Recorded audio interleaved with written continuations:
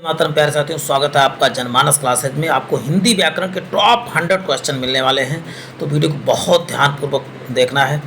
UP PT हो या कोई भी एग्जाम हो जिसमें हिंदी से क्वेश्चन आते हैं तो इससे वीडियो में जरूर फंसने वाले हैं इस वीडियो से। तो प्यारे साथियों, चलते हैं आज की श्रृंखला को आगाज करते हैं। पहला ही ज़बरदस्त क्वेश्चन आपके स्क्रीन पर दिख रहा है प्यारे साथियों कि निम्नलिखित में से मूल दीर्घ स्वर नहीं है। वैसे टोटल दीर्घ स्वर कितने हैं प्यारे साथियों? तो आप बताओगे टोटल कितना है, तो बताओ 7 है। और टोटल स्वर कितना 11 है, उसमें 7 क्या है तो बताओगे दीर्घ। अब मूल दीर्घ स्वर कितने हैं तो बताओ मूल कितने हैं? 3 हैं। 3 कौन कौन से हैं प्यारे साथियों? तो ऊपर के तीनों जो क्या हैं तो मूल दीर्घ स्वर हैं। जैसे छोटा छोटा से बनता है बड़ा, छोटी छोटी से मिलता है बड़ी, और छोटाऊ छोटाऊ से मिलके बनता है बड़ाऊ। तो जो सेम चीज़ों से मिलके बने हैं वो क्या कहलाते हैं? मूल दीर्घ स्वर। ओ जो है यहाँ पर मूल दीर्घ स्वर नहीं है, तो इसका उत्तर प्यारे साथियों क्या बताओगे आप? ऑप्शन डी करेक्ट हो जाएगा प्यारे साथियों। वीडियो में बने रहें, आपको जरूर इसका फायदा मिलने वाला है। हिंदी में ध्वनियाँ कितने प्रकार की होती हैं? ध्वनियाँ कितने प्रकार की होती हैं आपको बताना है। 2 प्रकार, 4, 8 या 10। तो आप इसका उत्तर साथ साथ कमेंट बॉक्स में देते रहें प्यारे साथियों।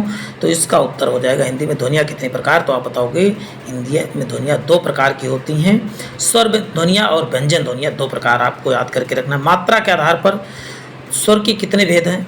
तो मात्रा के आधार पर प्यारे साथियों आप बताएंगे 3। कौन से? ह्रस्व स्वर, दीर्घ स्वर और प्लुत स्वर। मात्रा के आधार पर 3 प्रकार की ध्वनियाँ होती हैं। ह्रस्व ध्वनियाँ, दीर्घ ध्वनियाँ और जो होता है प्लुत ध्वनियाँ। चलते हैं नेक्स्ट क्वेश्चन देखते हैं प्यारे साथियों। एक से अधिक वर्णों के मेल को क्या कहते हैं? एक से अधिक वर्ण के मेल को क्या बोलते हैं प्यारे साथियों? अक्षर कहते हैं, स्वर कहते हैं, व्यंजन कहते हैं, अनुस्वार कहते हैं। एक से अधिक वर्णों के मेल से क्या बनता है प्यारे साथियों? तो आप क्या बताओगे प्यारे साथियों?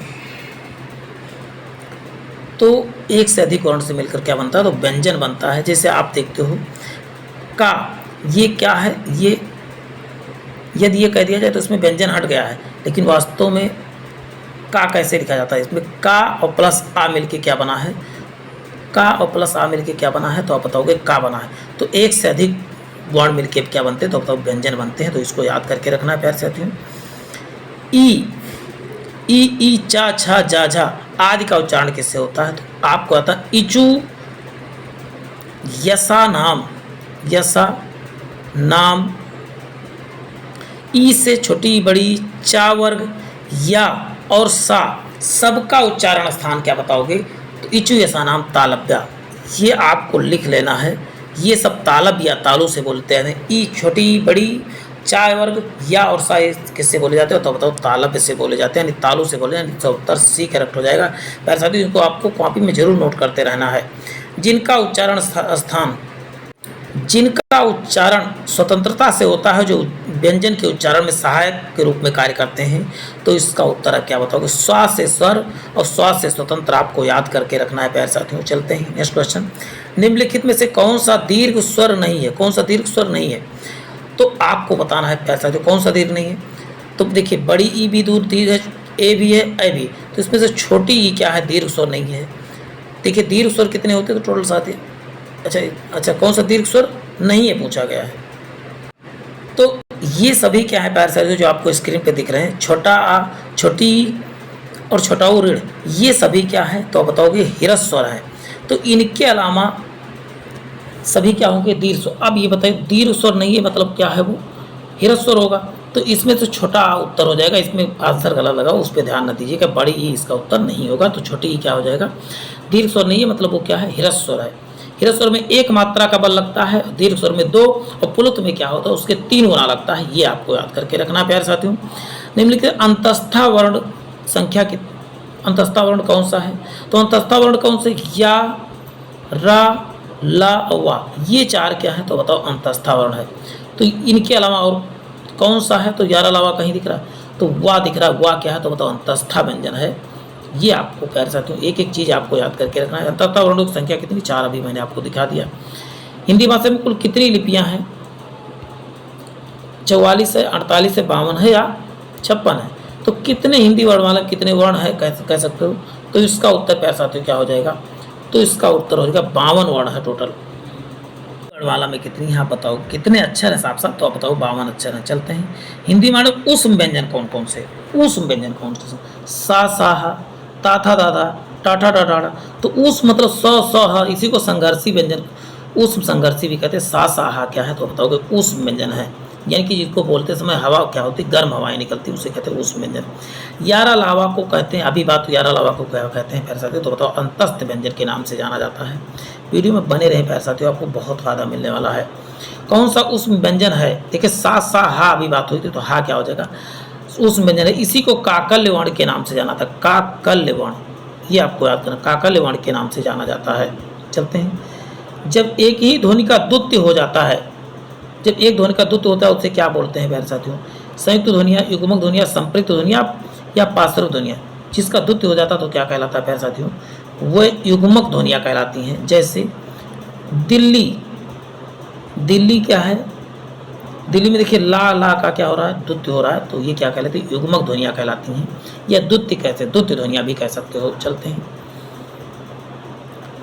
अनुस्वार किसका कार्य करता है, विसर्ग का कार्य करता है, चंद्र बिंदु पंचम वर्ण या स्वर वर्ण। तो अनुस्वार आपको बता दूं प्यारे साथियों किसका कार्य करता है, सभी पंचम वर्ण किसका कार्य करते हैं तो बताओगे अनुस्वार। जैसे टा ठा डाडा आड़ा, ता था दादा ना, पा पा पा मा, जो लास्ट अक्षर होते हैं किसी भी वर्ण के, वो क्या कहलाते हैं, अनुस्वार का कार्य करते हैं। चलते हैं, ए अ वर्ण कहलाते हैं, नासिक कहलाते हैं, मूर्धन्य कहलाते हैं, ओष्ठ कहलाते हैं, कंठतालव्य भी कहलाते हैं। ए अ ध्वनियाँ क्या कहलाते हैं प्यारे साथियों, आप क्या बताओगे, ये कंठतालव्य ध्वनियाँ कहलाते हैं। कंठतालव्य, इनका उच्चारण जो है कंठतालव्य दोनों में प्रयोग किया जाता है।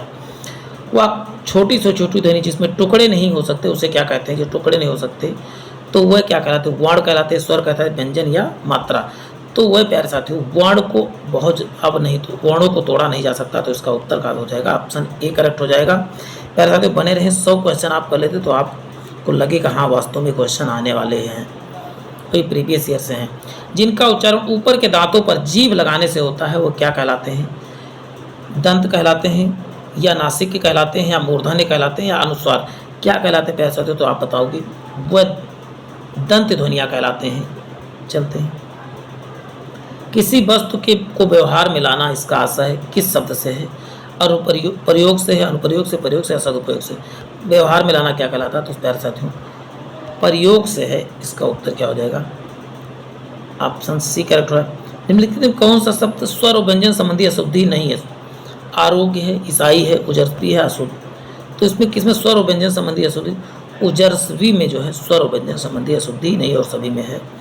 जो संज्ञा सर्वनाम आदि शब्दों से जुड़कर नए शब्दों की रचना करते हैं उन प्रत्ययों को क्या कहा जाता है, जो संज्ञा सर्वनाम से मिलकर उनको प्रत्यय को क्या कहते हैं प्यारे साथियों, संज्ञा सर्वनाम से बनते हैं उन्हें तद्धित प्रत्यय के नाम से जानाते हैं, यानी ऑप्शन ए करेक्ट हो जाएगा प्यारे साथियों। नेक्स्ट देखते हैं, जिस समास में पूर्व पद गौण तथा उत्तर पद प्रधान हो उसे कौन सा समास कहते हैं, द्वंद्व समास, बहुब्रीहि समास, द्विगु समास, तत्पुरुष समास क्या कहते हैं प्यारे साथियों, तो उनको क्या कहा जाता है, उनको तत्पुरुष समास के नाम से जाना जाता है। जैसे पूर्व पद गौण तथा उत्तर पद प्रधान हो उसे कौन सा समास कहते हैं प्यारे साथियों, तो उसे तत्पुरुष समास के नाम से जाना जाता है। जो सर्वनाम संज्ञा शब्दों के मेल से बनते हुए क्या कहलाते हैं, विकारी सर्वनाम, अविकारी, संयुक्त या संबंधनात्मक सर्वनाम। तो क्या कहलाते हैं प्यारे साथियों, आप क्या बताओगे, संयुक्त सर्वनाम कहा जाता है। जो सर्वनाम संज्ञा शब्दों के मेल से बनते हैं उसे संयुक्त सर्वनाम, सा से संज्ञा, सा से संयुक्त और सा से सर्वनाम, सबको आप रिलेट कर सकते हैं। जिस क्रिया से संचालित व्यापार का फल कर्ता को छोड़कर कर्म पर पड़ता है उसे क्या कहा जाता है, उसे कौन सी क्रिया कहते हैं, उसे साकर्मक क्रिया कहा जाता है। क्या कहते हैं, साकर्मक, जिसमें कर्म पर फल पड़ता है उसे साकर्मक क्रिया कहा जाता है। क्रिया को दो भागों में बांटा गया है, सकर्मक अकर्मक। संबंधवाची कौन सा है, इसमें शब्दों में से कौन सा संबंधवाची है, तो इसका उत्तर क्या हो जाएगा प्यारे साथियों, दैवीय, देव से संबंध रखने वाले को बोलते हैं, दैवीय घटना है ये। चलते हैं, क्रिया के जिस रूप से क्रिया निष्पादन का समय को क्या ज्ञान हो उसे क्या कहा जाता है, उसे किस नाम से, उसे काल के नाम से जाना जाता है। चलते हैं, नेक्स्ट क्वेश्चन देखिए, वाक्य में प्रयुक्त शब्दों में परस्पर सामंजस्य को कहते हैं पदक्रम, अन्वय, उद्देश्य या विधेय क्या कहा जाता है प्यारे साथियों, तो आप बताओगे अन्वय के नाम से जाना जाता है। इसका उत्तर क्या हो जाएगा, बी करेक्ट हो जाएगा। चलते हैं, निम्नलिखित में से कौन सा शब्द प्रयत्न उच्चारण के आधार पर व्यंजन का वर्गीकरण नहीं है, कौन सा वर्गीकरण नहीं, तो बताओ सघोष जो है व्यंजन का वर्गीकरण नहीं है। सघोष, सघोष क्या है, देखिए मुख से वायु के आधार पर इनका वर्णन किया गया है। चलते हैं नेक्स्ट क्वेश्चन। व्युत्पत्ति के आधार पर संख्या के कितने भेद हैं? व्युत्पत्ति यानी उत्पत्ति के आधार पर संख्या के कितने भेद हैं? तो उत्पत्ति के आधार पर प्यारे साथियों संख्या के 3 ही भेद हैं। और वैसे संख्या के कितने भेद हैं? तो आप बताओगे टोटल 5 भेद होते हैं। चलते हैं। समान अधिकरण किस अव्यय का भेद है? समान अधिकरण प्यारे साथियों तो समुच्चय का है कि क्रिया के संबंध या विस्मयार्थ? तो समान अधिकरण किस में लगता है? तो प्यारे साथियों समुच्चय बोधक में लगता है समान अधिकरण, यानी उसका उत्तर क्या हो जाएगा? ए करेक्ट हो जाएगा। चलते हैं। निम्नलिखित में से कौन सा शब्द पुल्लिंग है? दीमक है, रात है, वर्षा है, विधुर। कौन सा पुल्लिंग है? आप क्या बताओगे प्यारे साथियों? विधुर। विधुर क्या है? आप पुरुष, जब पुरुष की पत्नी मिल जाती है उसे कहा जाता है विधुर कहा जाता है। चलते हैं। जिस वाक्य के 2 या 2 से अधिक स्वतंत्र उपवाक्य हो और योजकों द्वारा, योजक मतलब इस तरह जोड़ा गया हो, उसे क्या कहा जाता है? तो उसके क्या कहते हैं? उसे संयुक्त वाक्य के रूप में जाना जाता है। चलते हैं नेक्स्ट क्वेश्चन देखते हैं। बोली का क्षेत्र थोड़ा विकसित हो जाता है, उसमें साहित्य की रचना होने लगती है, तो उसे क्या कहा जाता है? तो बोली जब का क्षेत्र बढ़ जाता है उसे उपभाषा की संज्ञा दी जाती है, यानी उसका उत्तर क्या हो जाएगा? बी करेक्ट हो जाएगा। प्यारे साथियों बने रहें आप, पूरा वीडियो जरूर देख के जाए। आपने क्लिक किया। जिस ध्वनियों की गणना ना स्वर में की जाती ना व्यंजन में की जाती उसे क्या कहते हैं? तो उसे अयोगवाह के नाम से जाना जाता है। जैसे अंग और आह, ये क्या है प्यारे साथियों? तो आप बताओगे अयोगवाह के अंतर्गत रखे जाते हैं। चलते हैं। स्वर तंत्रियों के आधार पर व्यंजनों को कितने भागों में बांटा गया है? 1, 2, 3, 4। कितने भागों बांटा गया? तो आप प्यारे साथियों क्या बताओगे? 2 भागों में बांटा गया स्वर तंत्रियों के आधार पर। भाववाचक संज्ञा कितने प्रकार से बनती है? तो भाववाचक संज्ञा क्या बताएं प्यारे साथियों? तो आप बताओगे 5 प्रकार से बनती है। चलते हैं। ये आपको एक एक चीज़ें याद करना। अभी मैं चैप्टर वाइज भी लाने वाला हूँ, तो उसमें पूरा डिस्क्रिप्टिव होगा। मैं 100 क्वेश्चन को उसको केवल आपको ये बता रहा हूँ क्वेश्चन आते कैसे हैं। उसके बाद मैं चैप्टर वाइज पूरा डिस्क्रिप्टिव लेके आने वाला हूँ। वर्णमाला में स्पर्श व्यंजनों की संख्या कितनी है? तो स्पर्श व्यंजनों की संख्या वर्णमाला में कितना है? 25 है। एक वर्ग में कितने? 5 वर्ण होते हैं, तो ऐसे 5 वर्ग में कितने? 25 हो जाएंगे। ए ऐ का उच्चारण स्थान कौन सा हो जाएगा? ए, अभी देखिए क्वेश्चन रिपीट होता तो कंठ और तालब से ए और ऐ का उच्चारण स्थान। चलते हैं। किस स्वर का उच्चारण में दीर्घ स्वर के सभी अधिक समय लगता है? दीर्घ स्वर से भी अधिक समय लगता है, तो उसे पुलुत स्वर कहा जाता है। पुलुत स्वर कौन सा? तो आप बताओ। ओम क्या है? एक प्रकार का पुलुत स्वर है, ये आपको याद कर लेना है। किस व्यंजन का उच्चारण तालब से होता है? गा का, झा का, ना का या माँ का? तो किसका उच्चारण? तो बताओ। इसका उत्तर हो जाएगा। तो अभी बात हुई थी चा वर्ग पूरा किससे बोला? तालब। तो चा, छा, जा, झा। देखिए झा किस में आता? चा वर्ग में आता, तो आप इसे इजीली याद कर सकते हैं। भाषा की सार्थक लघुत्तम इकाई माना जाता है? किसे सार्थक लघुत्तम इकाई क्या माना? तो शब्द को जो है, जिससे देखिए ना और माँ और का से क्या बन गया है? तो आप बताओगे नमक बन जाता है। तो ये सार्थक इकाई क्या है? शब्द है। चलते हैं। स्वर संधि कितने प्रकार की होती है? स्वर संधि, तो स्वर संधि आप जानते हो कितने प्रकार की होती है? 5 प्रकार की होती है। आप भैया अब संधियों के बारे में पढ़ेंगे, सब डिस्क्रिप्टिव पढ़ेंगे, उसमें सब चीज़ें जानेंगे। चौपाई के प्रत्येक चरण में कितनी मात्राएं होती है? तो चौपाई चरण में कितनी? 16। और 4 से चौपाई, 4 से 4 का स्क्वायर करेंगे तो कितना हो जाएगा? तो 16। ऐसे करके कुछ ना कुछ रिलेट कर लिया कीजिए, आपको आसानी से। छंद कितने प्रकार के होते हैं? आप बताओगे। छंद जो है 3 प्रकार के होते हैं। तो आप बताएंगे मात्रिक छंद, सममात्रिक छंद और विषम मात्रिक छंद। ये क्या होते हैं? तो आप बताओगे छंद के 3 प्रकार होते हैं। चलते हैं। हम सबने कम समय 45 क्वेश्चन पे आ गए, 44 पे। वाणिक छंद, तो वाणिक छंद में से कौन सा हो गया? तो आप क्या बताओगे प्यारे साथियों? सवैया क्या है? एक प्रकार का वाणिक छंद है, यानी ऑप्शन सी करेक्ट हो जाएगा। चलते हैं। छंद पढ़ते समय आने वाले विराम को क्या कहा जाता है? तो उसे आने वाले विराम को क्या कहते हैं प्यारे साथियों? तो आप इसका उत्तर क्या बताएंगे? यति कहा जाता है। चलते हैं। नेक्स्ट क्वेश्चन देखते हैं प्यारे साथियों। छप्पय किस प्रकार का छंद है? तो छप्पय आपको बता दूं, इसका उत्तर क्या हो जाएगा? ये एक प्रकार का विषम छंद है। चलते हैं। नेक्स्ट क्वेश्चन देखते हैं। किस छंद का प्रथम और अंतिम शब्द एक सा होता है? एक सा कौन से होता है? तो आपको बताओगे कुंडलिया क्या हो जाएगा? इसमें 6 चरण होते हैं और पहला शब्द और अंतिम शब्द क्या होता है? समान होता है। इसकी पहचान बहुत आसान होती है। बहुत जल्दी मैं पूरा डिस्क्रिप्टिव लेकर आने वाला, तो उसको वीडियो जो देखना ना भूलें। उपमेय और कल्पित उपमान की संभावना को कहते हैं, तो क्या कहा जाता है प्यारे साथियों? तो उसे उत्प्रेक्षा में, जिसे मानो मनु जानो, जहाँ पर मानो जानो लग जाता है वहाँ पर उत्प्रेक्षा हो जाता है। ये आपको उपमान उपमेय का आरोप किस में लगाया जाता है, तो आप क्या बताओगे? रूपक अलंकार अलंकार में, जैसे उसमें मानो जानो नहीं, मानो देखिए तुलना किया तो तुलना ज़बरदस्ती वाला करते हैं कि हाँ यही है, पैर नहीं ये तो लकड़ी है, कुछ भी ऐसा तुलना कर देते, उसमें क्या अभेद आरोप कर दिया जाता है उसमें। मुख्य रूप से समाज के कितने प्रकार हैं, तो आप बताओगे मुख्य रूप से समाज के कितने? 6 प्रकार हैं। आप चलते हैं नेक्स्ट क्वेश्चन देखते हैं प्यारे साथियों। और सर्वनाम के भी 6 प्रकार हैं। जो क्रिया अभी हो रही उसे क्या बोलते हैं? अपूर्ण वर्तमान, सामान्य वर्तमान या संदिग्ध वर्तमान, या इनमें से कोई नहीं, तो उसे बोलते हैं अपूर्ण वर्तमान, मतलब कार्य पूरा नहीं हुआ। ये आपको जैसे कंटिन्यूस आप जानते हैं इंग्लिश में, वही। रचना की दृष्टि से क्रिया के कितने भेद हैं? 3 है, 2 है, 4 है, 5। रचना की दृष्टि क्रिया के कितने? तो इसका उत्तर हो जाएगा रचना की दृष्टि से क्रिया के 2, सकर्मक और आकर्मक क्रिया होती है। जब कर्ता एक क्रिया समाप्त कर उसी क्षण दूसरी क्रिया प्रवृत्त होता है तो पहली क्रिया क्या कहलाती है? तो पहली क्रिया पूर्वकालिक क्रिया कहलाती है। चलते हैं नेक्स्ट क्वेश्चन देखते हैं। विशेष से क्या है? जब शब्द की विशेषता बताई जाती है, जब शब्द द्वारा विशेषता बताई जाती है, जब विशेषता बताई जाती है जिस हेतु, तो इसका उत्तर हो जाएगा प्यारे साथियों जिस शब्द की विशेषता बताई जाती है।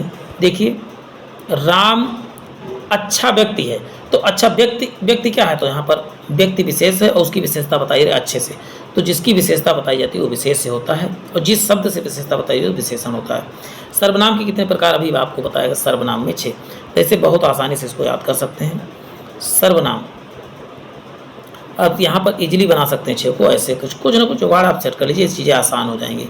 कितने वर्ड कितने सर्वनाम होते हैं? तो अब हिंदी वर्णमाला में सर्वनाम शब्द कितने हैं? यहाँ पर सर्वनाम शब्द होना चाहिए था। सर्वनाम शब्द कितने? तो बताओ 6 पर होते हैं। चलते हैं केवल सर्वनाम चलते हैं। कौन सा संज्ञा का प्रकार नहीं है? प्रकार नहीं है, तो आप क्या बताओगे प्यारे साथियों? देशवाचक कोई भी संज्ञा का प्रकार नहीं है, यानी ऑप्शन सी करेक्ट हो जाएगा। संज्ञाओं के साथ आने वाली विभक्तियों को क्या कहते हैं? तो इसका उत्तर प्यारे साथियों क्या हो जाएगा? विश्लिष्ट कहा जाता है। चलते हैं। निम्नलिखित रचना के आधार पर कौन सा शब्द रूढ़ नहीं है? दिन है कि आँख है, विज्ञान है, घोड़ा। रूढ़ शब्द नहीं है, तो अब बताओ विज्ञान क्या है? 2 शब्दों से बना है। इनको देखो, विज्ञान को तोड़ने पे इसका अर्थ निकाल, लेकिन और सबको तोड़ोगे तो उनका कोई भी अर्थ निराधार हो जाएंगे। तो विज्ञान को तोड़ने, देखिए बी का भी अपना अर्थ है, ज्ञान का भी अपना अर्थ है। शब्दांश कितने प्रकार के होते हैं प्यारे साथियों? शब्दांश 2 प्रकार के होते हैं। ऑप्शन क्या हो जाएगा? बी करेक्ट हो जाएगा। निम्नलिखित कौन सा शब्द फारसी नहीं है? फारसी नहीं क्या तो बताएंगे आप? हक क्या है? फारसी नहीं है, इसका उत्तर क्या हो जाएगा? ऑप्शन डी करेक्ट हो जाएगा। प्रत्येक शब्द कौन सा उपसर्ग? प्रत्येक में कौन सा? तो प्रति उपसर्ग लगा हुआ, नहीं, ऑप्शन बी करेक्ट हो जाएगा। अर्थ के आधार पर शब्द के कितने भेद हैं? तो अर्थ के आधार पर शब्द के कितने? आप बताओगे 4 भेद हैं। जैसे पर्यायवाची, विलोमार्थी, तत्सम, तद्भव, ये क्या हो जाएगा? अर्थ के आधार पर 4 भेद हैं। उद्देश्य और विधेय किसके अंग हैं? तो वाक्य के अंग क्या है? उद्देश्य और विधेय हो जाते हैं। इसका उत्तर क्या हो जाएगा? ये करेक्ट हो जाएगा। वाक्य में प्रयुक्त शब्द को क्या कहा जाता है? वाक्य में प्रयुक्त शब्द को क्या कहते हैं? आप बताओ। पद कहा जाता है, यानी ऑप्शन बी करेक्ट हो जाएगा प्यारे साथियों। चलते हैं नेक्स्ट क्वेश्चन। 2 अलग अलग भाषाओं के मेल से बना शब्द क्या कहलाता है? तो आप क्या बताओ? उसे संकर शब्द के नाम से जाना था, यानी ऑप्शन क्या हो जाएगा? डी करेक्ट हो जाएगा। नीलांबर शब्द में कौन सा समास है? नीला अंबर समास में, तो इसका उत्तर प्यारे साथियों क्या हो जाएगा? कर्मधारय। अंबर की विशेषता नील बता रहा है, तो किस समास के 2 पद मिलकर एक नया अर्थ बताते हैं? 2 पद मिलते हैं तो बहुव्रीहि शब्द में क्या उसका अपना अर्थ नहीं निकाल के कोई नया शब्द का अर्थ निकालते हैं, उसे बहुव्रीहि शब्द कहा जाता है। तो इसका उत्तर क्या हो जाएगा? बताओगे? ऑप्शन ए करेक्ट हो जाएगा। किस समास में दोनों पद प्रधान होते हैं? दोनों पद प्रधान किस में होते हैं? तो द्वंद्व और दोनों आपको याद कर सकते हैं, बहुत आसान है। द्वंद्व समास में। और द्विगु समास कहाँ पर? जहाँ पर नंबर हो, जैसे आप कहें कि त्रिफला, 3 फलों का समास, तो आप वहाँ बताएंगे ये त्रिफला क्या हो जाएगा? द्विगु समास हो जाएगा।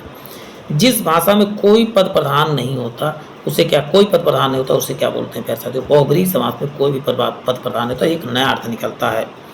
विशेषण और विशेषण के योग से कौन? विशेषण और विशेष के योग से क्या बनता है? तो कर्मधारय समास बनता है। इसमें फास्ट करवा रहे हैं अभी, हम जब चैप्टर वाइज में एक एक चीज़ डिस्क्राइब करेंगे, परेशान ना होना तुम सब। इसमें अपने आप को आंको कि मुझे कितना आता है बस। कौन सा समास नहीं है निम्नलिखित में से? कौन सा समास इसमें? तो आपको बता दूं, उसमें कर्म कारक कोई समास नहीं होता, जबकि कर्मधारय समास होता है। बचपन में कौन सा शब्द है? बचपन एक प्रकार का संज्ञा शब्द है। उपमान उपमेय का अभोध आरोप क्या कहलाता है? तो आप बताओगे रूपक अलंकार कहलाता है, यानी ऑप्शन बी करेक्ट हो जाएगा। जहाँ उपमेय और उपमान की समानता की संभावना व्यक्त की समानता की बात की जाती है तो वहाँ उपमा अलंकार हो जाता है। जैसे के जैसा, के समान, सा शब्द लग जाए वहाँ पर। जहाँ बिन कारण के कार्य होना पाया जाए वहाँ पर कौन सा अलंकार होता है प्यारे साथियों, तो वहाँ विभावना अलंकार होता है। जैसे बिन सुने बिन कान चले बिना पैर के चले, तो वहाँ पर बिना कारण के जो है कार्य होना पाया जाता है।